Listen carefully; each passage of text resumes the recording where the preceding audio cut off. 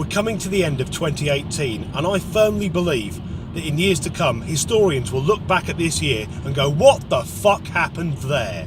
This year has been utter madness. Now, if you cast your mind back just a few years, do you remember when we used to have men and women, and then a few people who were born into the wrong bodies and needed reassignment surgery, the trans community? How fucking easy was that? And then all this non-binary shit happened. And the gender fluids, and I know I keep banging on about them, but I can't let it go because I watched a video of one last night going, well, one day I'm male, the next day I'm female. What am I? And my answer to that is you're an embarrassment to yourself, your family, and society as a whole. But I thought at least it can't get any worse. And then it did. Because a few months ago, I jokingly said I now identify as a unicorn.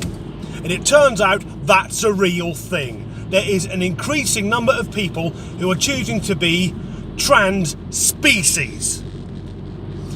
So I've been reading up on this today, and probably the best article I came across featured 3 people. The first is a man who 15 years ago decided he was no longer a human and now identifies as a dragon. A fucking dragon! He couldn't even pick a creature that actually exists. And he didn't explain how he lives as a dragon. I mean, I expect he sleeps on a pile of treasure and occasionally devours virgins.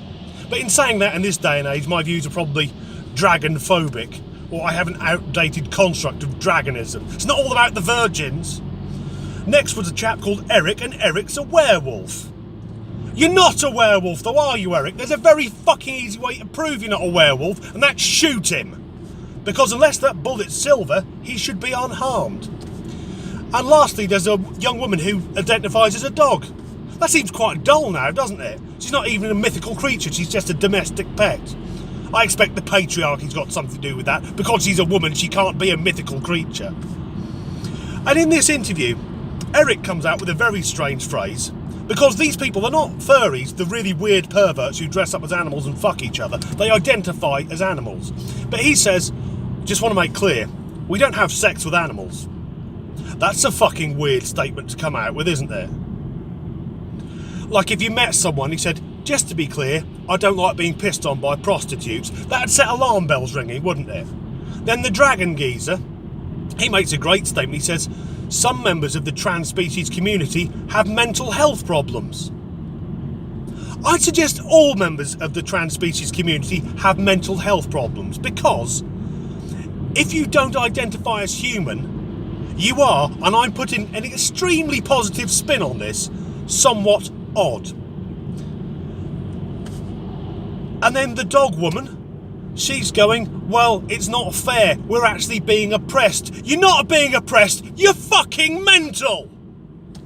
So this is 2018, you now no longer have to decide whether you're a human or not, you can be a different animal. This leaves me conflicted, because at home, I've got a lightsaber and a Rocky Balboa dressing gown. Am I a fictional boxer or a fucking Jedi?